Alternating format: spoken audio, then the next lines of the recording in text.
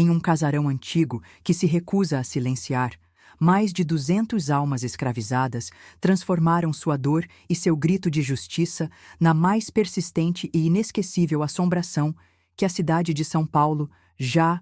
Antes de continuar, se inscreva no canal e ative o sininho, porque todos os dias trazemos novas histórias de heróis esquecidos que a história oficial tentou apagar. Deixe seu like e conte nos comentários de qual cidade você está nos assistindo. Queremos saber até onde a voz da resistência chegou. Não é apenas uma história de fantasmas, mas o relato de como a brutalidade da escravidão, a negação de uma liberdade prometida e a morte trágica podem prender centenas de almas a um lugar, transformando um casarão em um arquivo vivo de sofrimento e resistência. Entender por que esses espíritos se recusam a encontrar a paz, precisamos voltar a São Paulo de 1875, quando a cidade pulsava com a riqueza do café, e o coronel Benedito Almeida, um barão do café do Vale do Paraíba, decidiu fincar suas raízes e as de 200 de seus escravos no coração da capital, erguendo um casarão que se tornaria o palco de uma tragédia indizível. Coronel Benedito Almeida, um homem de posses vastas e um olhar frio que transpassava qualquer um que ousasse questionar sua autoridade, não via em seus escravos seres humanos, mas sim uma extensão de sua riqueza. Ele vinha do Vale do Paraíba, uma terra rica em cafezais, mas em declínio, e viu na São Paulo em ascensão a oportunidade perfeita para expandir seu império. 1875, ele não se mudou para a capital apenas com sua família e bens preciosos, mas trouxe consigo 200 homens, mulheres e crianças. 200 destinos arrancados de suas terras, de suas memórias, para servir a um novo senhor em um novo tipo de cativeiro. A Rua das Palmeiras, onde o casarão foi erguido, era então uma área que misturava ares de fazenda com o burburinho de uma cidade que mal começava a se desenhar como metrópole. Coronel Almeida não construiu apenas uma mansão para si, com seus salões luxuosos, seus jardins bem cuidados e suas janelas imponentes. Ele construiu também, nos fundos da propriedade, uma senzala urbana. Uma estrutura imensa e sufocante, projetada para abrigar a massa de gente que trabalharia em suas novas empreitadas. A torrefação do café que chegava do interior, as obras de expansão de seus negócios, a costura para a família e para a venda, a carpintaria para mobiliário fino, uma fazenda dentro da cidade, um microcosmo de opressão em pleno centro de São Paulo. Entre esses 200 estava Maria Benedita da Silva, uma mulher com a alma sensível e uma mente afiada. Ela tinha um dom raro entre os escravizados, sabia ler e escrever. Seu dom era um segredo, um refúgio e se tornou a voz silenciosa de uma comunidade. Em cadernos velhos, escondidos sob o piso de sua cama de palha, Maria Benedita começou a registrar o dia a dia cruel. Madrugadas frias, o cheiro pungente de café que invadia suas narinas desde antes do sol nascer. O trabalho incessante. Ela escrevia sobre a dor da adaptação àquela nova rotina, onde o chicote do feitor não era o único inimigo. O cansaço, a saudade da terra natal e a desumanização diária eram grilhões invisíveis que pesavam sobre a alma. Seu diário, escrito à luz bruxuleante de uma lamparina roubada, era o único lugar onde os escravos daquele casarão tinham uma voz. Contava sobre as mulheres que passavam os dias costurando, sobre os homens que carregavam sacas de café pesadas o suficiente para esmagar um boi, sobre as crianças que, desde cedo, aprendiam que brincar era um luxo perigoso. A vida ali era uma orquestra de lamentos abafados e passos arrastados, uma sinfonia de exploração onde cada nota era a vida roubada de um ser humano. A gota d'água, o momento que selaria o destino daquele casarão e de suas almas, viria em 1888, março de 1888. Lei Áurea estava há poucos meses de ser assinada, mas para os escravos do Coronel Almeida, a liberdade parecia uma miragem distante. Naquele mês, um grupo de 15 escravos, liderados por Benedito Calunga, um homem forte e de espírito inabalável, planejou uma fuga. O destino era Santos, a esperança, a liberdade. Benedito Calunga era a personificação da resiliência africana, com histórias de seus antepassados correndo em suas veias. Sonhava com um quilombo, com um lugar onde pudessem ser livres. Mas o plano foi descoberto. O capataz, João Cova, um mulato claro com uma lealdade doentia ao coronel, farejou a conspiração. João Cova era um monstro, não apenas pela sua crueldade, mas por ser um dos seus que se voltou contra a própria gente. Ele era mestre na arte de punir, e sua vara de marmelo, um galho grosso e flexível, era seu instrumento de terror. Ele prometera ao coronel que jamais haveria rebelião em suas terras. Cumpriu sua promessa com sangue. Os 15 foram levados ao pátio de castigos, um lugar que antes era um jardim, agora transformado em palco de barbárie. Maria Benedita registrou em seu diário, com a letra tremendo. O coronel ria com seus amigos, bebendo vinho, enquanto o som oco da vara de marmelo ecoava no pátio. Eles não tinham almas. As chibatadas, as correntes arrastadas, os gritos que rasgavam a noite. Dedos e pés foram quebrados, a carne viva exposta. Tudo para servir de exemplo. A crueldade atingiu seu ápice com Inácio, um menino de apenas 12 anos. Inácio era um espírito alegre, mesmo na escuridão da senzala, e sua risada era um raio de sol para Maria Benedita. Naquele dia, ele foi o último a ser punido. Sua mãe, uma das cozinheiras, tentou em vão intervir, implorando em dialetos africanos. Foi empurrada brutalmente por João Cova, que zombou de sua dor. Os golpes de João Cova sobre o corpo frágil de Inácio foram um espetáculo macabro. Som oco da vara, os gritos do menino, os soluços abafados de sua mãe, o coro de lamentos dos outros escravizados que eram obrigados a assistir. Inácio não resistiu. O menino foi espancado até a morte, seu corpo inerte sendo jogado em um canteiro de rosas para servir de adubo, como João Cova e o coronel disseram com um sorriso cruel. A morte de Inácio não foi apenas a gota d'água, foi a inundação, o tsunami de desespero que submergiu a alma de cada um ali. A partir daquele dia, a morte de Inácio se tornou um grito silencioso que jamais seria calado, e o casarão, que já era uma prisão, se tornou um túmulo para a esperança. A São Paulo fervilhava, mas dentro dos muros do casarão do coronel Benedito Almeida, o tempo era outro. Não era o tempo da modernidade que os ricos buscavam, mas o tempo escravocrata, teimosamente preso ao chicote e à exploração. 200 vidas se contorciam sob o peso de uma rotina desumana, uma senzala em pleno coração urbano, disfarçada sob a fachada de uma mansão imponente. Para os escravizados, o dia nascia antes do sol, com o cheiro sufocante de café. Não o aroma prazeroso que os senhores desfrutavam em suas xícaras de porcelana, mas o cheiro da torrefação forçada, do grão que era a fortuna do coronel e a desgraça deles. E mulheres se revezavam nas pesadas sacas, seus músculos doloridos com um esforço repetitivo.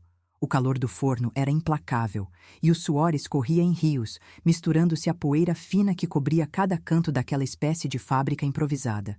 Maria Benedita, com seus dedos finos e olhar observador, não estava na torrefação. Seu trabalho era outro, mais silencioso, mas igualmente exaustivo. Ela cuidava da sinhá, de suas vestes delicadas, de seus cabelos perfumados. Nas horas vagas, ou melhor, nas poucas brechas que o cansaço permitia, ela se dedicava à costura, transformando tecidos simples em peças para a venda, gerando ainda mais lucro para o coronel. Era uma ironia cruel. Suas mãos, tão hábeis, criavam beleza e conforto para aqueles que lhes roubavam tudo. Seu diário, escondido debaixo das tábuas soltas de sua cama de palha, era seu confidente. Aqui, o sol não nos aquece, nos queima. Ela escreveu com a ponta de um carvão. Mãos trabalham, mas o fruto é sempre do Senhor. Nossos risos são pequenos, nossos choros silenciosos. O medo é o ar que respiramos. As palavras eram um bálsamo para sua alma, uma forma de resistir ao apagamento, de provar que eles existiam, que sentiam, que sonhavam. João Cova, o capataz, era a sombra constante que pairava sobre todos. Mulato, com a pele mais clara que muitos, ele usava sua posição com uma crueldade que só um homem que esqueceu suas origens pode ter. Não precisava gritar sempre. Seu olhar gelado, sua presença silenciosa, já bastavam para encurvar as costas e apressar os passos.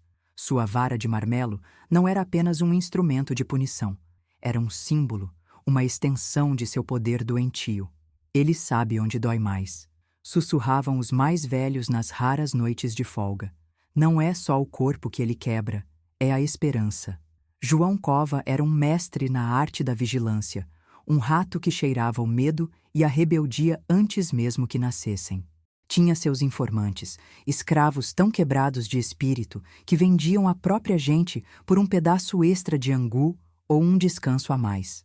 A casa principal, com seus lustres de cristal e móveis suntuosos, era um mundo à parte.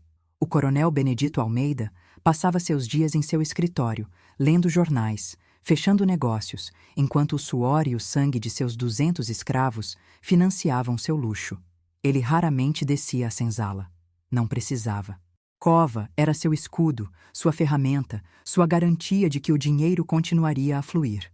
Para o coronel, os escravos eram números em um livro-caixa, cifras de investimento que deviam render. Sua desumanização era completa. Ele podia ouvir os gritos no pátio e continuar seu chá, imperturbável. Essa frieza era, talvez, a pior das torturas, a indiferença do poderoso. Mas mesmo no inferno da senzala urbana, a chama da humanidade não se apagava por completo. Kalunga, um homem de Angola, trazia consigo a força de seus ancestrais. Seus olhos eram antigos, cheios de histórias de uma terra distante. Ele não era um falador, mas sua presença era um bálsamo. Ele conhecia ervas, sabia curar pequenas feridas, aliviava as dores dos que trabalhavam demais. E, nas noites mais escuras, longe dos ouvidos e olhos de João Cova, ele contava histórias de resistência, de quilombos, de homens e mulheres que ousaram sonhar com a liberdade. Palavras eram sementes de esperança plantadas no terreno árido da opressão. Ele era a cola que mantinha a comunidade unida, o espírito que se recusava a ser quebrado. Nossas raízes são mais fortes que suas correntes, ele sussurrava para os mais jovens, enquanto lhes ensinava cantos antigos, melodias que falavam de casa, de liberdade, de dignidade. Inácio, o menino de 12 anos, era a luz que, por vezes, penetrava a escuridão.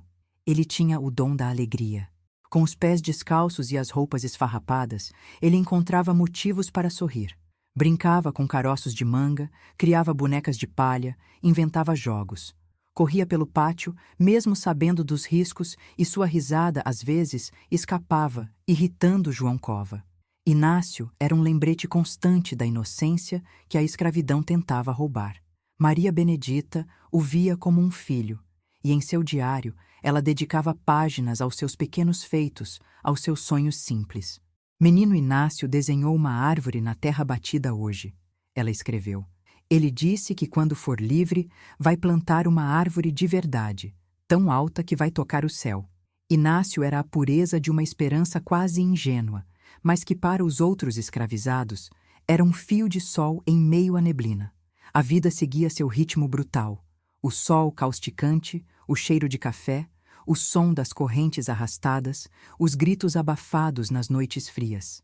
Festas da Sinhá, os banquetes do coronel, enquanto os que os serviam passavam fome e dormiam amontoados.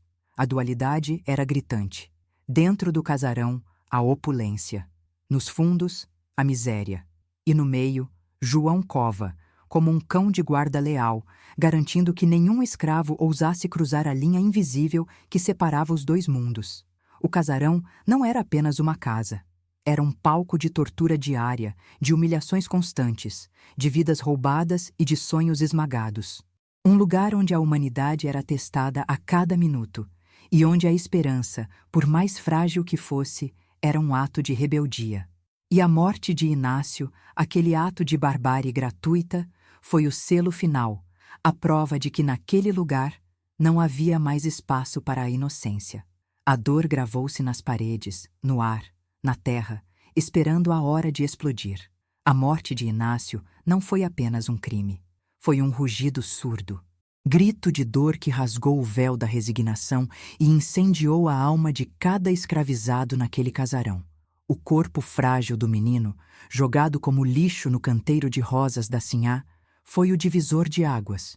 O dia em que a esperança passiva morreu e a chama da revolta se acendeu. Benedito Calunga sentiu a dor de Inácio como se fosse sua.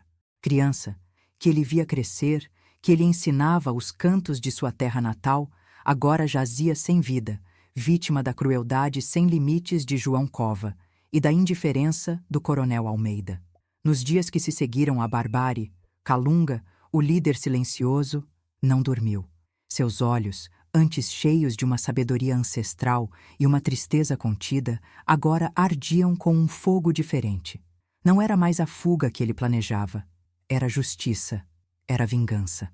Um acerto de contas com um sistema que lhes roubava a vida em vida. Ele se afastou dos outros, buscando a solidão no canto mais escuro da senzala, onde nem mesmo a luz da lamparina de Maria Benedita alcançava. Ali, ele chorou por Inácio, chorou por sua mãe, que agora vagava como uma sombra, a mente quebrada pela dor. Chorou por todos eles, presos num inferno urbano, mas suas lágrimas não eram de desespero. Eram de fúria, eram de promessa. Escuridão úmida, Benedito Calunga deixou de ser apenas um escravizado em busca de liberdade. Ele se transformou. Ele virou um espírito da noite, um guerreiro invisível, o arauto de uma tempestade que se formava. Sua primeira aliada foi Maria Benedita. Ela também sentia o peso da morte de Inácio. Seu diário, antes um registro da opressão, tornou-se um arquivo de um desejo insaciável por retribuição. Maria Benedita viu em Calunga a mesma chama que ardia em seu peito. Noite, sob o manto da escuridão, ela o abordou. Calunga, sussurrou, a voz embargada. O que faremos? Não podemos mais suportar. Ele a olhou com a intensidade de um raio. Não suportaremos, Maria. Inácio não morreu em vão. Vamos libertar a todos e vamos cobrar o preço. A partir daquele momento, a senzala, antes um lugar de desespero, começou a pulsar com uma energia diferente. Era a energia do segredo, da conspiração, da rebelião que se incubava. Calunga e Maria Benedita, a força e a inteligência, formaram o núcleo da resistência. Eles sabiam que não podiam confiar em todos, que João Cova tinha seus espiões, seus ouvidos e olhos em cada canto. O recrutamento precisava ser lento, meticuloso, focado apenas nos corações mais partidos, nas almas mais sedentas por justiça. Os primeiros a serem abordados foram os outros 14 que, junto com Calunga e Inácio, haviam tentado a fuga. Corpos ainda guardavam as cicatrizes da vara de marmelo, as marcas de dedos e pés quebrados. A dor física era um lembrete constante da crueldade, e a morte de Inácio a prova de que nada lhes restava a perder. Havia Zumbi, um homem forte, com a força de um touro, que viria das minas de ouro e que tinha os braços marcados por correntes. Ele não era de muitas palavras, mas seu olhar carregava a força de um exército. Sua irmã havia sido vendida após um castigo. Seu ódio era um rio caudaloso. Calunga o buscou enquanto ambos carregavam sacas de café. A hora chegou, irmão, sussurrou Calunga. Zumbi apenas acenou com a cabeça. O pacto estava selado em silêncio. Depois veio Luísa, uma cozinheira que tinha visto sua filha ser abusada pelo coronel e depois vendida. Sua dor era profunda, mas sua raiva, um vulcão adormecido. Ela tinha acesso à casa grande, conhecia os atalhos, os horários, os segredos dos senhores. Vai pagar, ela murmurou para Maria Benedita, enquanto ambas lavavam as roupas sujas da Sinhá. Por minha filha, por Inácio, por todos. Maria Benedita apenas apertou sua mão. Havia também o velho José, um carpinteiro que há anos fazia os móveis luxuosos do coronel, enquanto dormia no chão frio da senzala. José era habilidoso com ferramentas, e Calunga sabia que ele seria essencial. Seus dedos calejados, que antes criavam beleza, agora poderiam ser usados para a destruição. Faria uma arma, José? Perguntou Calunga numa noite, enquanto afiava uma faca rudimentar. José olhou para ele, seus olhos cansados brilhando. Pelo meu filho, Calunga, pelo meu filho que foi levado aos 7 anos. Um a um, outros corações foram sendo conquistados. Uma mulher que perdeu o marido para a doença, ignorada pelos senhores. Um jovem que sonhava em ser ferreiro, mas só conhecia a forja do sofrimento. O medo, sim, ainda existia, mas era um medo que se transformara em combustível. Terror de viver sob o jugo do coronel, e João Cova era maior do que o terror de lutar. As reuniões secretas aconteciam no meio da noite, no pequeno terreiro atrás da senzala, onde a escuridão era mais densa e o som do vento abafava os sussurros. Eles falavam em dialetos africanos, misturando palavras em português para confundir qualquer ouvinte indesejado. Ali, à luz fraca de uma fogueira improvisada, eles se tornaram uma família, um exército invisível. O juramento era simples, mas poderoso. Cada um colocava a mão sobre um pequeno pedaço de terra, abençoado com as ervas que Kalunga conhecia, pela terra que nos acolhe e pelos ancestrais que nos guiam. Kalunga recitava em sua língua natal, pela memória de Inácio, pela dor de nossos irmãos, pela liberdade que nos foi negada. Juramos, juramos lutar, juramos vingança e juramos justiça. Cada um repetia, seus olhos fixos nas chamas, suas almas em chamas. Era um ato de fé cega, mas um compromisso forjado na dor e na esperança. Maria Benedita, com seu diário, anotava não mais apenas as injustiças, mas os nomes dos conspiradores. 15 no total, incluindo ela e Kalunga.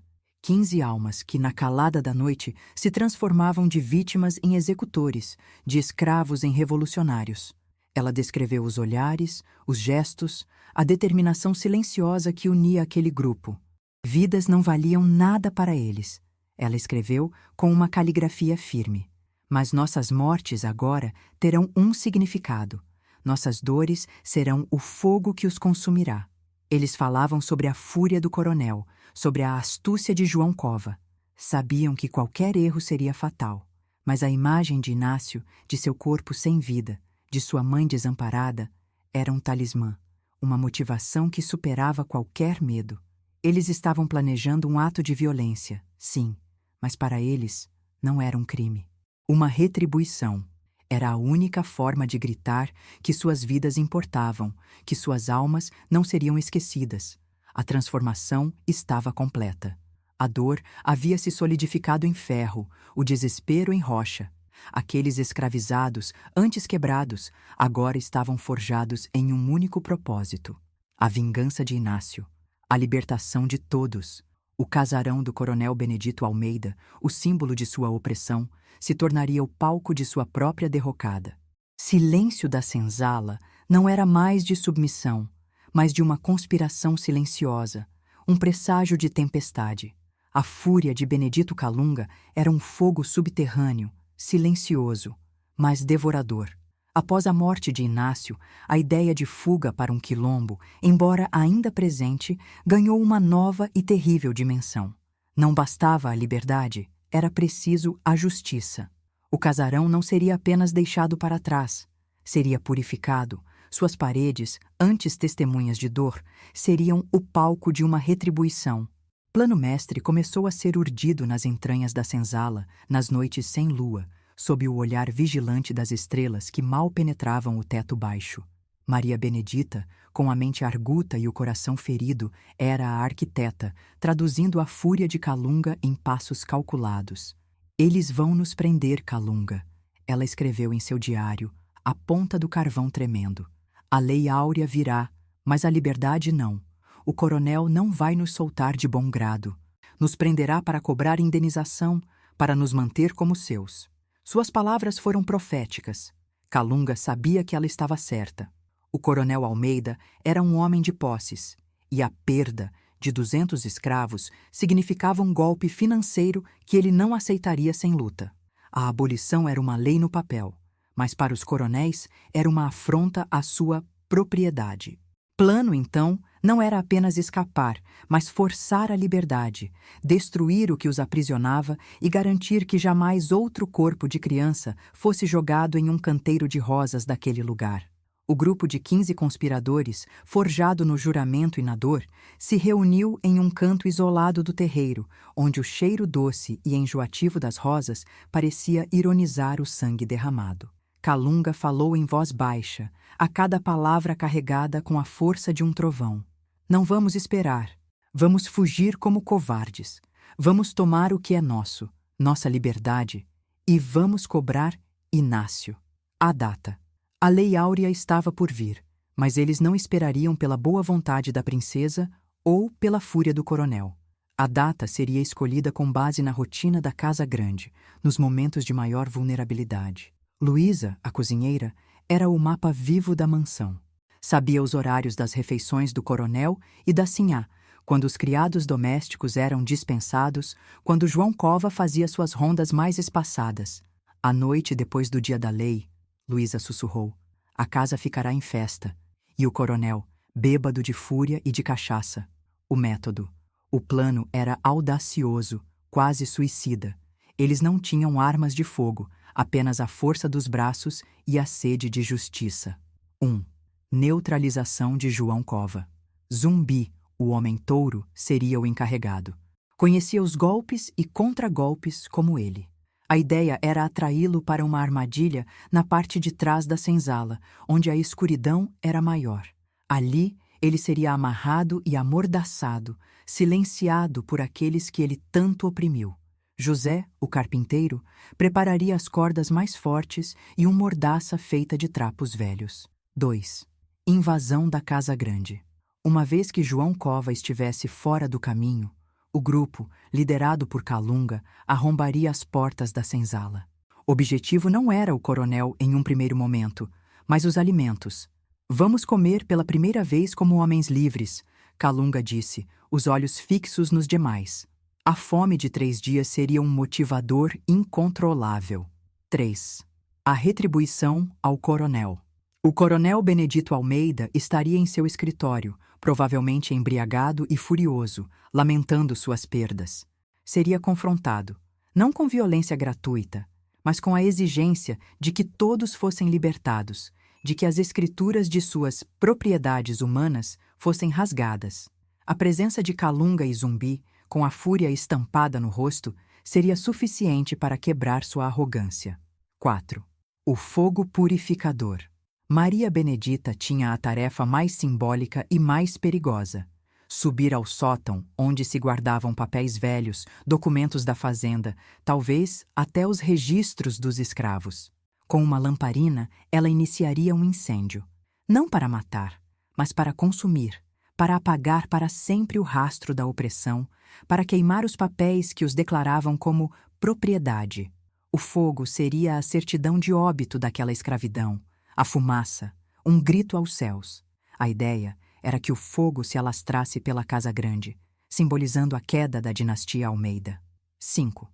Fuga para o quilombo.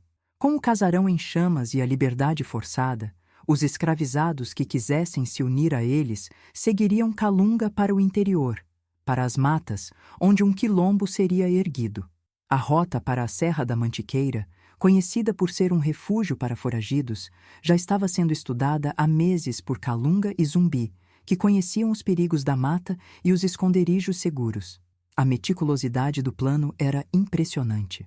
Benedita, com sua caligrafia precisa, desenhou um mapa rudimentar da Casa Grande, marcando as saídas, as janelas mais fáceis de arrombar, o local exato do sótão. Luísa fornecia os detalhes dos turnos dos criados, dos cães de guarda que dormiam pesadamente após serem alimentados. José preparou não apenas as cordas, mas também algumas ferramentas que poderiam servir como alavancas para as portas da senzala, ou mesmo como armas improvisadas, se necessário.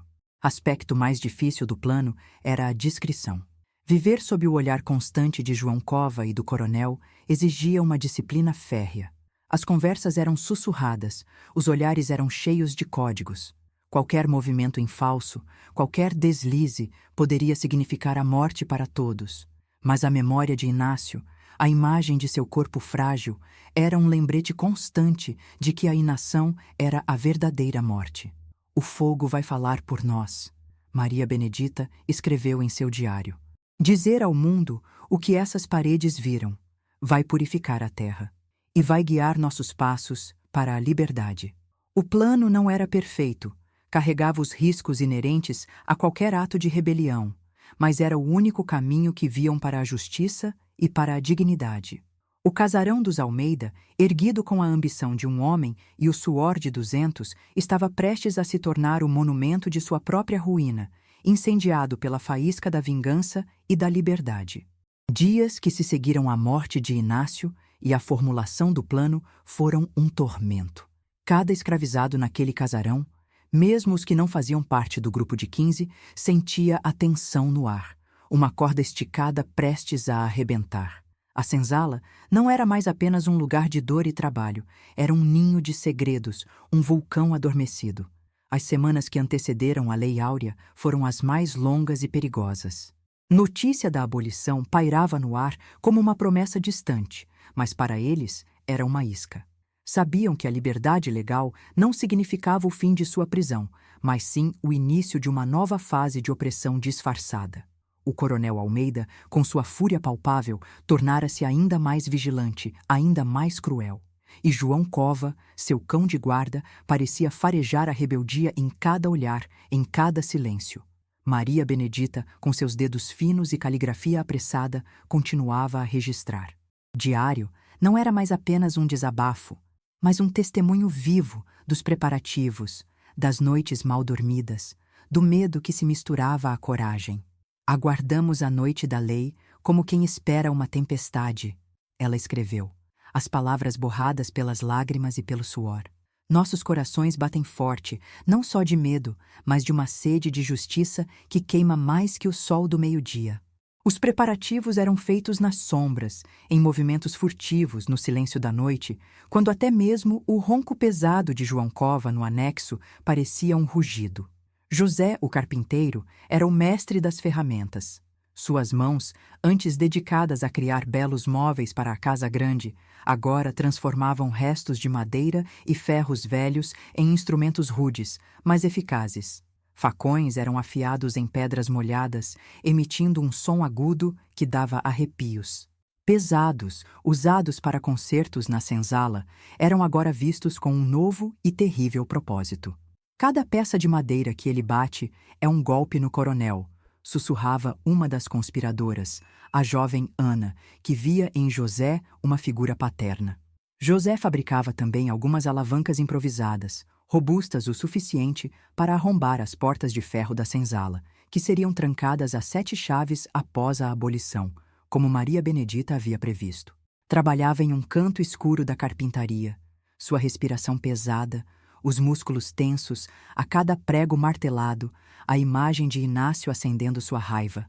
Zumbi, o guerreiro silencioso, dedicava-se ao treinamento. Não era um treinamento formal, mas uma revisão de golpes e movimentos da capoeira, ensinados em segredo nas plantações, adaptados para o combate em espaços apertados. Ensinava aos mais jovens como usar o corpo como arma, como se defender de um ataque surpresa, como desarmar um agressor. Fazia isso nas madrugadas, sob o pretexto de buscar água no poço ou de aliviar o corpo cansado. Os movimentos eram sutis, quase como dança, mas por trás da beleza coreografada havia a brutalidade da autodefesa.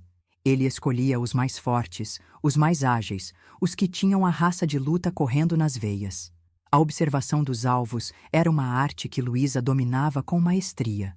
Acesso à casa grande permitia-lhe ver e ouvir o que os outros não podiam. Ela anotava mentalmente os horários do coronel, seus caminhos pela casa, as noites em que ele bebia mais vinho, tornando-se mais vulnerável. Luísa também observava os criados domésticos, notando os dias de folga e os momentos em que se ausentavam, minimizando o risco de haver testemunhas indesejadas que não fossem parte do plano. Percebia os sinais de nervosismo no coronel, a fúria crescente que a iminente abolição lhe causava. Ele fala da princesa como se fosse uma diaba. Luísa relatou a Maria Benedita, a voz baixa, enquanto arrumava as camas na casa principal. Jura que não vai soltar um só. Diz que vai exigir indenização, prender a todos. João Cova, por sua vez, sentia uma inquietação no ar. Sua crueldade não vinha apenas da lealdade ao coronel, mas de um instinto primário de sobrevivência e domínio. Farejava o medo, mas também a semente da insurreição. Seus olhos vasculhavam cada rosto na senzala, buscando um sinal de rebeldia. Seus passos pelas vielas da senzala tornaram-se mais frequentes, suas rondas mais longas. Uma noite, ele pegou um dos conspiradores, um jovem chamado Pedro, tentando afiar um pedaço de ferro. "O que é isso, moleque?" rosnou João Cova, a vara de marmelo já em punho. Com a voz falha, inventou uma história sobre um concerto urgente para o coronel, um ferro quebrado na cozinha. João Cova não acreditou totalmente, mas por sorte, o coronel precisava daquele serviço e não quis mais problemas naquela noite. A tensão foi cortada à faca e Pedro, suando frio, escapou por pouco de um castigo severo. O quase descoberta serviu como um alerta. "Precisamos ser ainda mais cautelosos", Calunga avisou, os olhos sombrios. "Ele está desconfiado." A ansiedade era uma faca afiada no peito de cada um.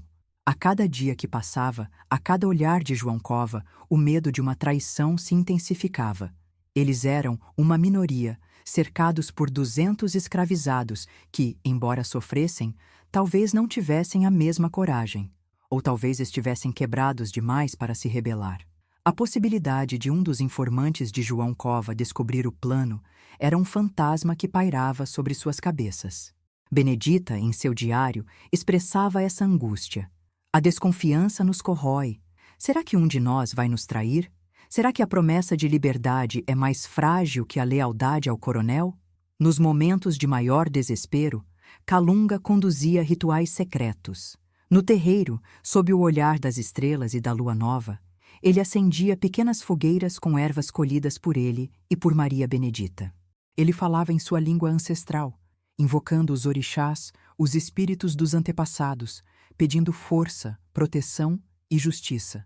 "Pelos que vieram antes de nós, pelos que sofreram", ele murmurava, enquanto os conspiradores, em círculo, repetiam suas preces em silêncio, a mão sobre o peito, sentindo a energia pulsante da terra.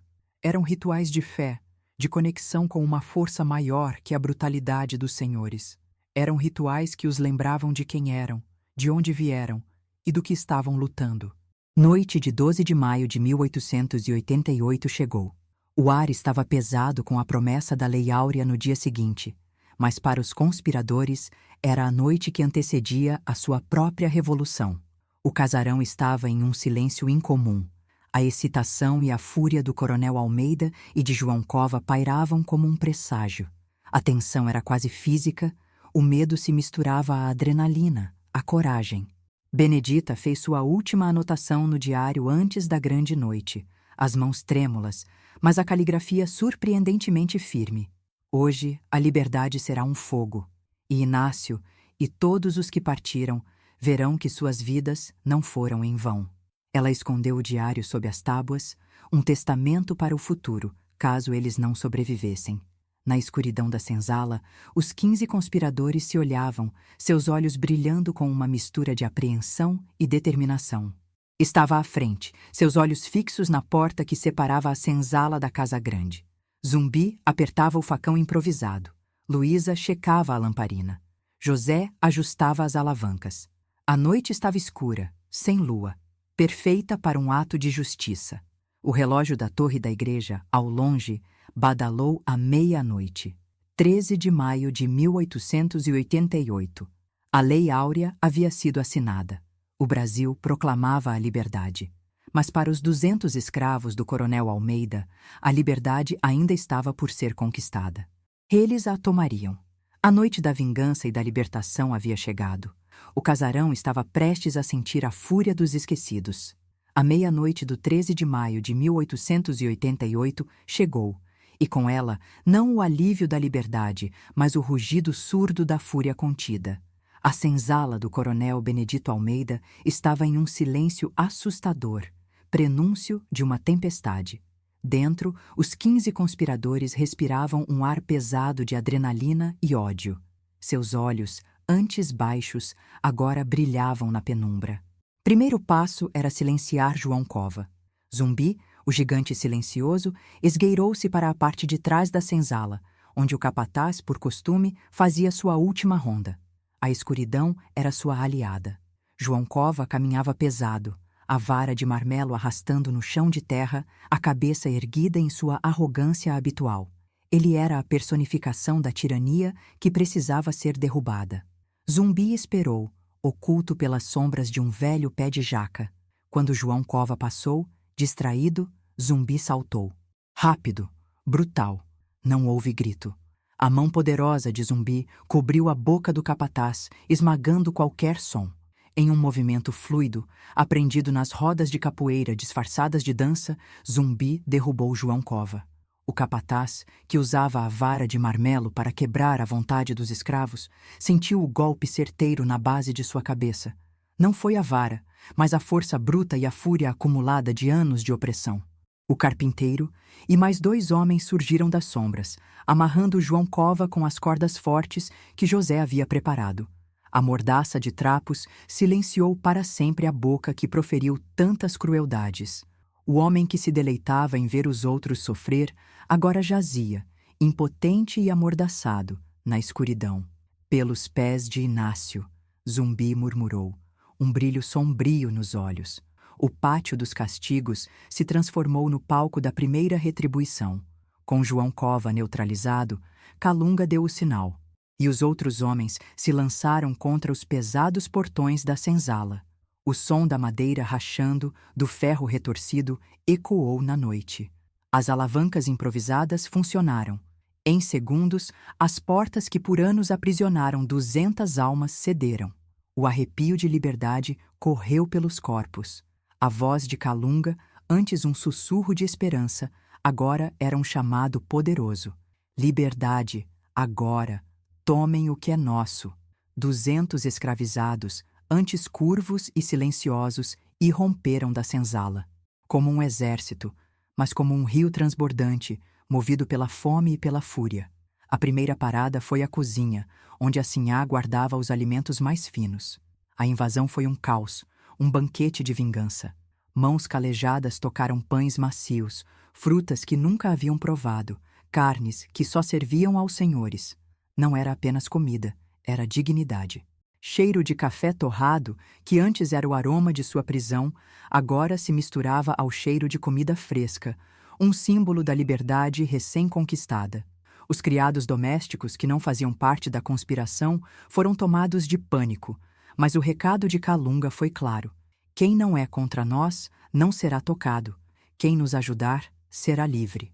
Enquanto o banquete da liberdade acontecia na cozinha, Maria Benedita subiu as escadas, seu coração batendo como um tambor ancestral. Conhecia cada degrau, cada sombra da Casa Grande. Sua missão era simbólica, mas crucial: apagar o rastro da opressão. Ela chegou ao sótão empoeirado, onde documentos antigos, papéis de propriedades e talvez os registros de nascimentos e mortes dos escravos jaziam esquecidos. A lamparina em sua mão tremia. Queimarei suas mentiras. Ela sussurrou, a voz embargada.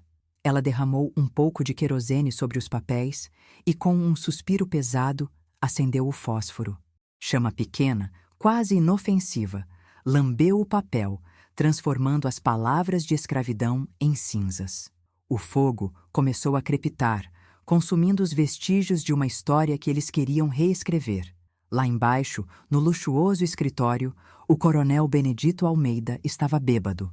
Bêbado de vinho, mas principalmente de fúria. A notícia da Lei Áurea havia chegado e ele praguejava contra a princesa, contra o governo, contra a insolência de ver sua propriedade roubada. Foi então que Calunga entrou. Não bateu, apenas abriu a porta com um chute, fazendo-a gemer em protesto.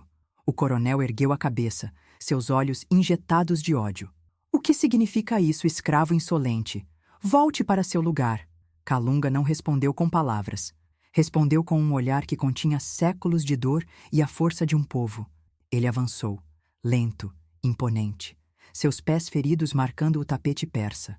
Coronel tentou sacar uma pequena pistola que guardava na gaveta, mas Zumbi, que havia seguido Calunga, foi mais rápido. Com um movimento ágil, ele desarmou o coronel, jogando a arma longe.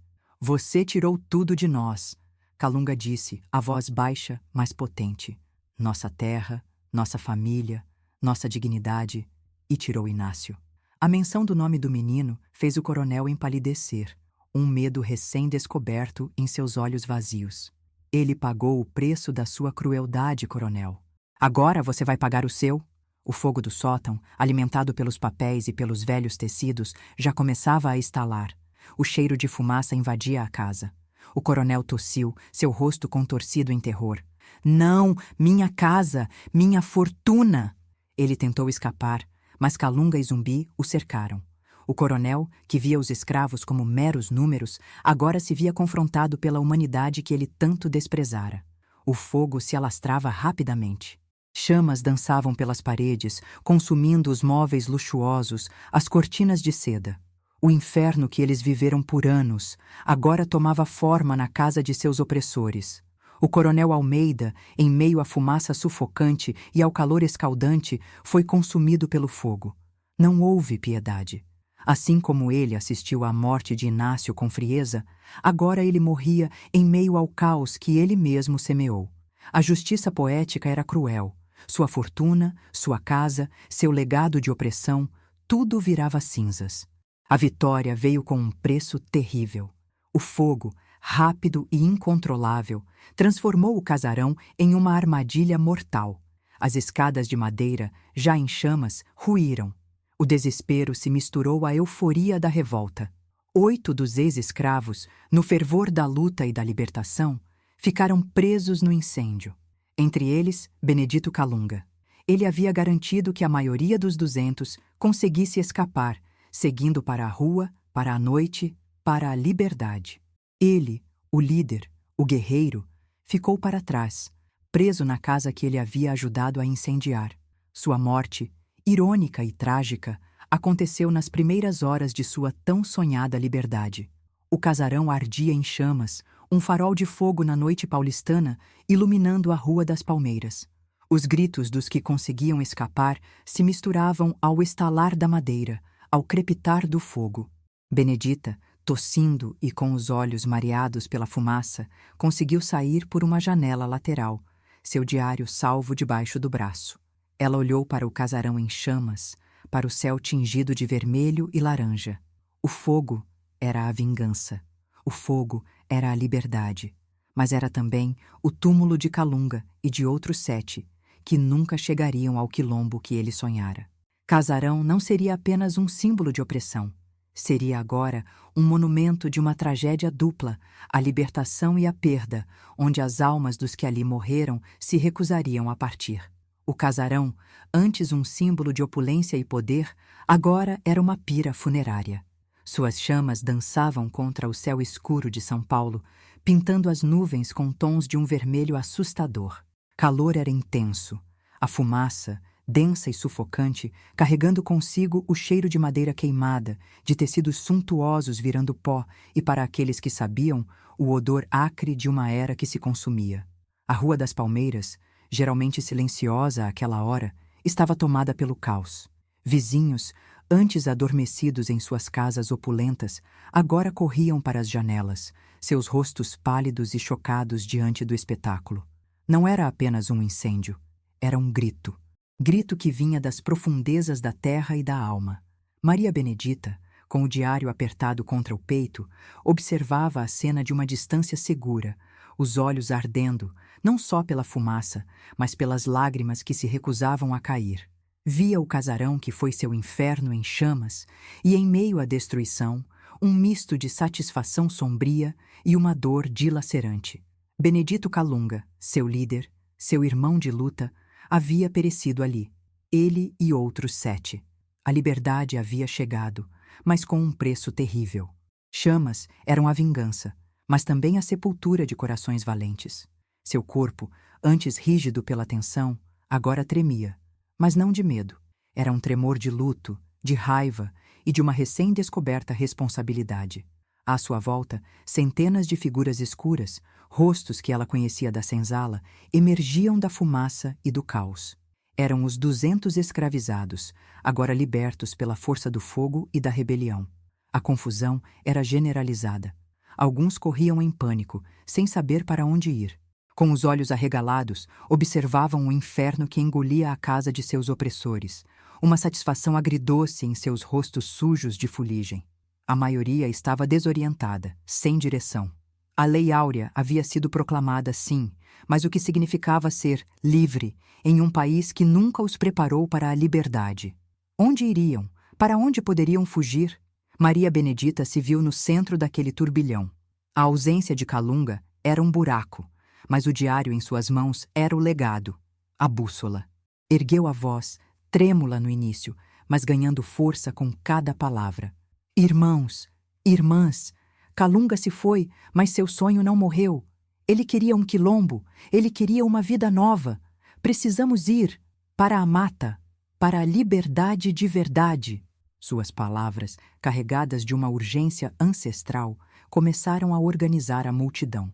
Zumbi, o braço direito de Calunga, um gigante ferido, mas ainda forte, juntou-se a ela.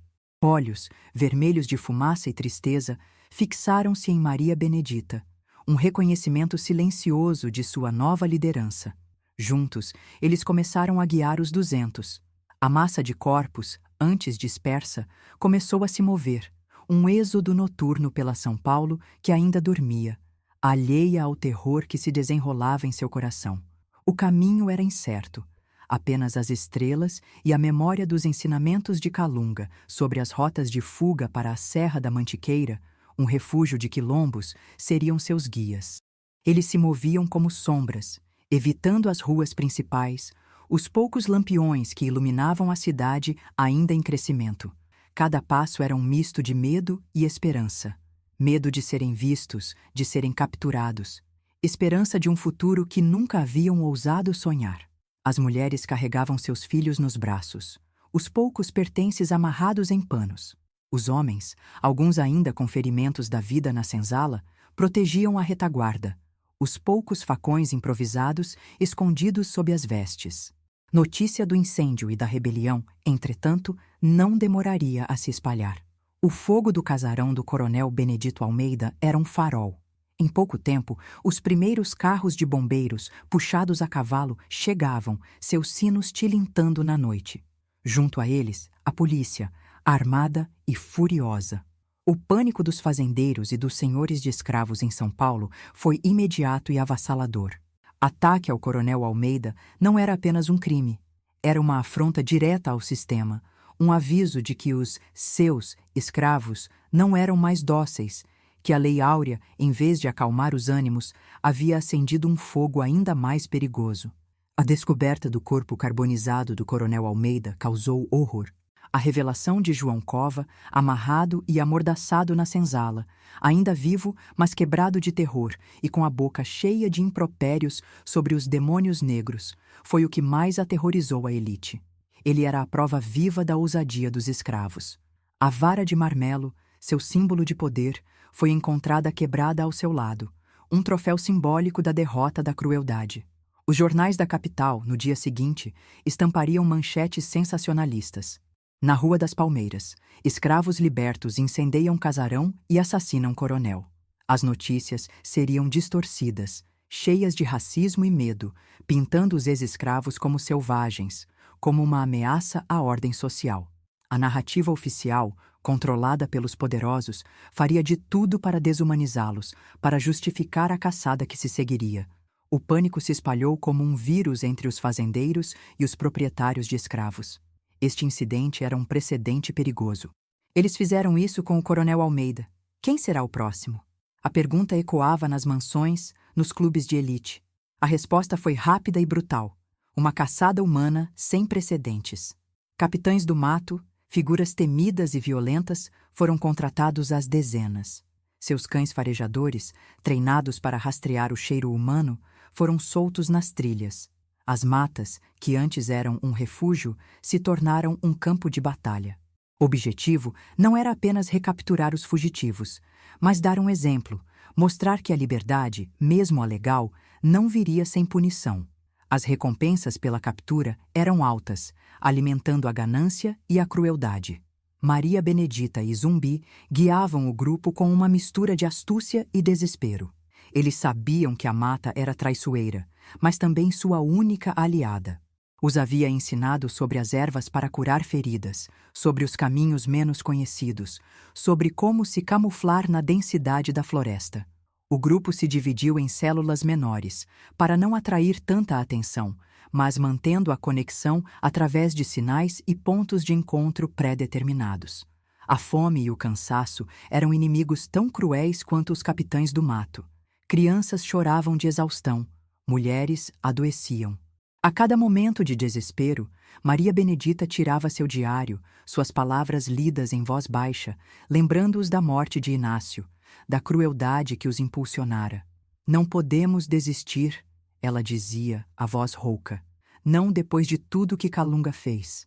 A imagem do casarão em chamas, um símbolo da vingança e da liberdade forçada, permaneceria gravada na mente de todos. Era a prova de que a passividade havia acabado. Fogo de São Paulo, na noite de 13 de maio de 1888, não queimou apenas uma casa, queimou o mito da submissão e plantou a semente de um novo medo nos corações dos opressores e de uma nova esperança nos corações dos oprimidos. A luta pela verdadeira liberdade apenas começara. O casarão fumegante na Rua das Palmeiras, agora um esqueleto carbonizado, não era apenas o resquício de um incêndio trágico. Era um monumento. Marco sangrento na história de São Paulo. Uma cicatriz exposta na alma de uma cidade que tentava apagar suas próprias manchas. Aquela noite de 13 de maio de 1888 não foi apenas o fim da escravidão no papel. Foi o início de uma nova forma de resistência, um grito primal que ecoaria por gerações. Benedito Calunga, o líder que ousou sonhar com uma liberdade forjada em fogo e coragem, pereceu nas chamas que ele mesmo ajudou a acender. Sua morte não foi um fim, mas uma semente. Semente plantada na terra queimada da injustiça, destinada a germinar em lendas e inspiração. Calunga se tornou, naquele instante, um mártir. Seu nome, antes um sussurro de esperança nas senzalas, virou um trovão de fúria e heroísmo. Ele não fugiu para a liberdade. Ele a tomou, mesmo que o preço tenha sido sua própria vida. Maria Benedita, com o diário intacto e o coração pesado pela perda, emergiu da fumaça como a guardiã da memória. Era a voz dos esquecidos, a escriba de uma história que a elite jamais ousaria contar. Seu diário não era apenas um registro, era um testamento, uma prova irrefutável de que a humanidade, mesmo nas condições mais desumanas, pode encontrar a força para lutar, para se rebelar. Ela guiou os sobreviventes, os 200 que escaparam do fogo e da fúria, para as matas, para a promessa de um quilombo. Não era o quilombo que Calunga havia sonhado, mas era o começo de um novo. Refúgio, onde as memórias seriam cultivadas, as histórias seriam contadas e a luta continuada. O impacto daquele incêndio foi sísmico. O pânico se espalhou como um rastilho de pólvora entre os senhores de escravos. Seus olhos, antes cheios de arrogância, agora tremiam de medo. A ideia de que seus bens poderiam se voltar contra eles, de que a passividade era uma ilusão, rompeu a segurança de seu mundo. Coronel Almeida, morto em sua própria casa, foi um aviso brutal. A velha ordem estava desmoronando. A Lei Áurea, em vez de pacificar, havia catalisado uma fúria acumulada por séculos. Os latifundiários e cafeicultores, antes intocáveis, agora sentiam o calor da rebelião em suas portas. O medo plantado naquela noite ecoaria em cada casarão, em cada fazenda. Mas para os oprimidos, para os que ainda viviam sob o jugo, a notícia do casarão queimado e do coronel morto era uma chama de esperança. A prova de que a resistência era possível, que a voz dos silenciosos podia sim rugir. A história de Calunga, de Maria Benedita, dos 200 que desafiaram a escravidão, se tornou uma lenda contada em segredo, um combustível para a alma. Nas rodas de jongo e caxambu, nas cantigas noturnas, a história da rebelião do casarão seria sussurrada, inspirando outros a buscar sua própria liberdade, a formar seus próprios quilombos, a nunca mais se curvar. O casarão, porém, não se calou. Almas dos que morreram no fogo, de Calunga, de Inácio e dos outros 7, permaneceram. Elas se recusaram a partir. não porque quisessem causar terror, mas porque a justiça que Calunga buscava, a liberdade plena que ele defendia, ainda não havia sido concretizada. O fogo purificou a casa da opressão, mas não apagou a dor. Casarão mal-assombrado de São Paulo, então tornou-se mais do que um local de assombrações. Virou um santuário de memórias, um lembrete vivo de uma dívida histórica ainda não paga. Os lamentos, as correntes arrastadas, as vozes infantis não eram sinais de um mal maligno, mas de almas que clamavam por reconhecimento, por um lugar de paz que a vida e a morte lhes negaram. Cada suspiro fantasma, cada barulho inexplicável, é um eco de Calunga, é a persistência de Maria Benedita. O choro de Inácio é a alma coletiva de 200 escravos que se recusam a ser esquecidos, a ser apagados da história. Eles ainda assombram, não para amedrontar, mas para lembrar. A verdadeira liberdade só virá com a verdadeira justiça. Se você sente a força dessas vozes, se a história de Benedito Calunga e de todos os que lutaram no Casarão dos Santos ecoa em sua alma, comente a palavra resistência aqui embaixo. Seu like e compartilhe este vídeo com quem precisa conhecer a verdadeira história da luta por liberdade no Brasil. Porque a memória é a nossa maior arma e a justiça a nossa maior bandeira. Percorremos juntos as trilhas queimadas da memória, mergulhamos nas profundezas do sofrimento e emergimos, agora, com a alma marcada pelas chamas da injustiça e da resistência. Casarão mal-assombrado dos Santos em São Paulo não é apenas uma construção antiga, carcomida pelo tempo e pelo fogo, é um portal que nos conecta a um passado que se recusa a ser esquecido, um passado que grita por reconhecimento através das gerações. Paredes daquele lugar, antes testemunhas silenciosas de uma opressão inominável, tornaram-se o palco onde a voz dos oprimidos se elevou, onde a sede de liberdade se transformou em uma força avassaladora, capaz de incendiar não apenas uma casa, mas a própria estrutura de uma sociedade escravocrata. Nesta jornada, vimos a humanidade em sua forma mais vulnerável e, ao mesmo tempo, mais poderosa. A dor lancinante de uma mãe que perde seu filho, Inácio, um menino de apenas 12 anos, esmagado pela crueldade do sistema. Uma dor que não se apagou com a morte, mas que se tornou a semente da assombração, o lembrete constante de uma dívida de sangue. Sentimos a revolta borbulhar no coração de Benedito Calunga, um líder nato, um guerreiro que se recusou a aceitar um destino de submissão. Não buscou apenas a fuga, mas a retribuição, a justiça feita com as próprias mãos, com a coragem que brota do desespero e da dignidade ultrajada. E presenciamos a força silenciosa de Maria Benedita, a escriba da memória, cujas palavras, registradas em segredo em seu diário, transcenderam o tempo, tornando-se o testamento vivo de uma luta que ecoa até os dias de hoje. O fogo que consumiu o Casarão dos Almeida, na noite de 13 de maio de 1888, foi muito mais do que um mero incêndio. Um ato de catarse violenta, a purificação de um espaço profanado, mas foi também a manifestação de um desespero profundo, a ironia cruel de uma liberdade conquistada às custas de vidas, inclusive a do próprio Calunga.